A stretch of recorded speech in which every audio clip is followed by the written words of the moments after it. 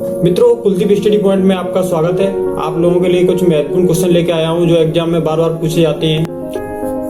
मित्रों, यहाँ पहला क्वेश्चन देख लेते हैं। क्वेश्चन में दिया गया है कि संख्याओं के निम्नलिखित सेट का माध्य यानी मीन ज्ञात करें।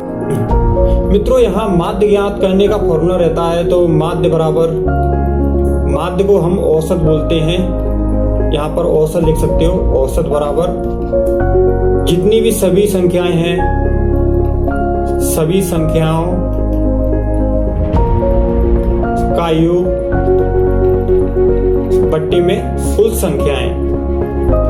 मित्रों, ये माध्य ज्ञात करने का फॉर्मूला रहता है। इससे हम जितनी भी संख्याएं हैं उन संख्याओं का माध्य हम ज्ञात कर सकते हैं। तो यहाँ पर माध्य हमें ज्ञात करना है, तो माध्य यहाँ हम x मान लेते हैं, यानी औसत को हमने x मान लिया, और हमें संख्याएं कितनी दी हुई है उन सभी संख्याओं का योग हमें यहाँ लिख लेना है। तो सभी संख्या कितनी दी हुई है, तो यहाँ पर जितनी भी संख्या दी हुई है उनको पहले हम नोट कर लेते हैं। यहाँ पर 8, 0, 5, 3, 2, 9, 1, 5, 4, 7, 2 और 5। जितनी भी संख्याएं दी हुई हैं उनको हम पहले जोड़ लेंगे। और मित्रों, जितनी भी संख्याएं दी हुई हैं उनमें सभी संख्याओं को गिनकर उनका भाग लगा देते हैं। तो मित्रों, यहाँ पर टोटल संख्याएं कितनी हैं, तो संख्याएं हैं यहाँ पर 1, 2, 3, 4, 5, 6, 7, 8, 9, 10, 11 और 12। टोटल 12 संख्या है, तो इनका हम भाग लगा देंगे।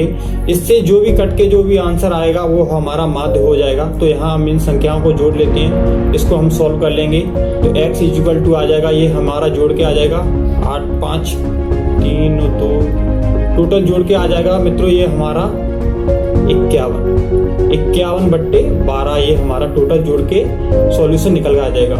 अब इसको हम सॉल्व कैसे करेंगे, तो इसको हम 12 से भाग लगा देंगे 51 को, तो 12 से भाग लगा देंगे तो ये हमारा आंसर आ जाएगा 4.25। माध्य ज्ञात करने का मित्रों सबसे सिंपल तरीका यही है, और कोई सा भी तरीका काम नहीं करता, यही सबसे सिंपल तरीका है। मित्रों, यहाँ इसका आंसर निकल के आ गया 4.25। ये हमारा ऑप्शन बी सही है। अगला क्वेश्चन देख लेते हैं मित्रों। अगला क्वेश्चन दिया हुआ है, दो संख्याओं का गुणनफल 3060 है तथा उनका लघुत्तम समावर्त 85 है, तो उनका महत्तम समावर्त ज्ञात करें। तो मित्रों, महत्तम समावर्त ज्ञात करना है तो इसके लिए हमें एक फॉर्मूला पता होना चाहिए। तो मित्रों, महत्तम समावर्त के लिए यहाँ पर एक फॉर्मूला लगता है, पहली संख्या गुणा में दूसरी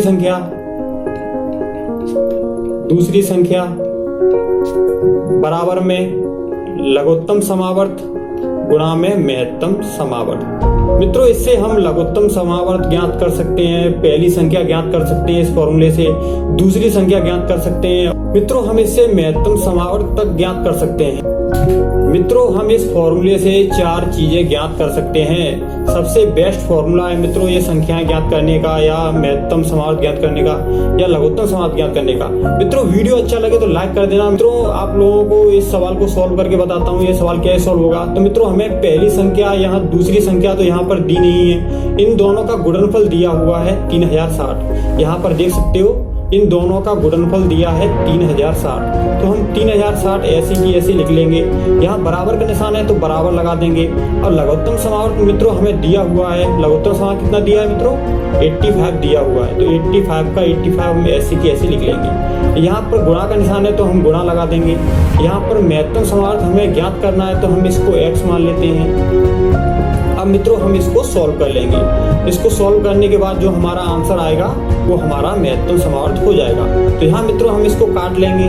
यहाँ 17 से काटेंगे, 17 पंजे 85, और 17 से यहाँ 306 को काटेंगे, ये टोटल 180 बार कट जाएगा।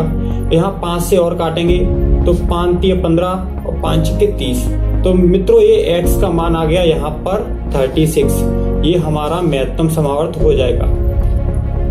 मित्रों, इस तरीके से हम पहली संख्या ज्ञात कर सकते हैं इस फॉर्मूले से, दूसरी संख्या तक ज्ञात कर सकते हैं, लघुत्तम समावर्त ज्ञात कर सकते हैं। मित्रों, यहाँ हम महत्तम समावर्त तक ज्ञात कर सकते हैं। मित्रों, वीडियो अच्छा लगे तो लाइक जरूर कर देना। मित्रों, चैनल को सब्सक्राइब जरूर कर देना। इसी तरह की वीडियो और आगे भी लाता रहूंगा। अगला क्वेश्चन देख लेते हैं मित्रों। नेक्स्ट क्वेश्चन मित्रों, अगला क्वेश्चन ये रहा आपके सामने। तो तो मित्रों यहाँ पर क्वेश्चन में पूछा गया है, सिंह एक वायरमैन के रूप में है जो रोहित से 2 गुना सक्षम है तथा वे दोनों मिलकर एक कार्य को 10 दिन में पूरा करते हैं और रोहित अकेला उसी कार्य को कितने दिन में पूरा करेगा। तो मित्रों रोहित का पूछा है कि रोहित कितने दिन में पूरा करेगा। यहाँ रोहित का हमें कार्य ज्ञात करना है कि कितने दिन में पूरा करेगा। मित्रों रोहित का कार्य पूछा हुआ है कि रोहित कितने दिन में कार्य करेगा। तो मित्रों हमें कार्य का नहीं पता, तो मित्रों हम कार्य को हम x मान लेते हैं। x हमने कार्य मान लिया। मित्रों यहाँ पर 2 व्यक्ति दिए हुए हैं, तो उन दोनों व्यक्तियों को हम पहले ऐसे कैसे लिख लेंगे।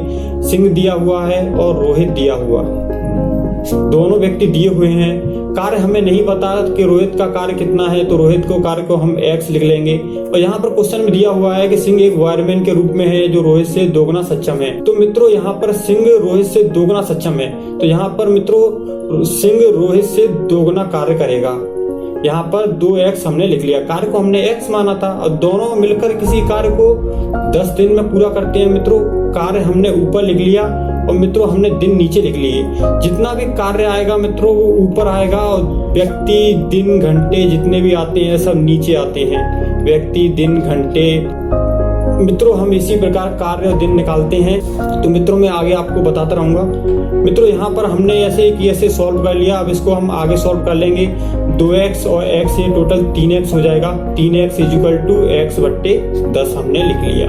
अब 3 का मल्टीप्लाई हम इस तरफ करेंगे 10 में, तो यहाँ पे x बराबर x बट्टे 30 आ जाएगा। तो मित्रों हमने x माना था कार्य, तो मित्रों कार्य आ गया हमारे पास x बट्टे 30।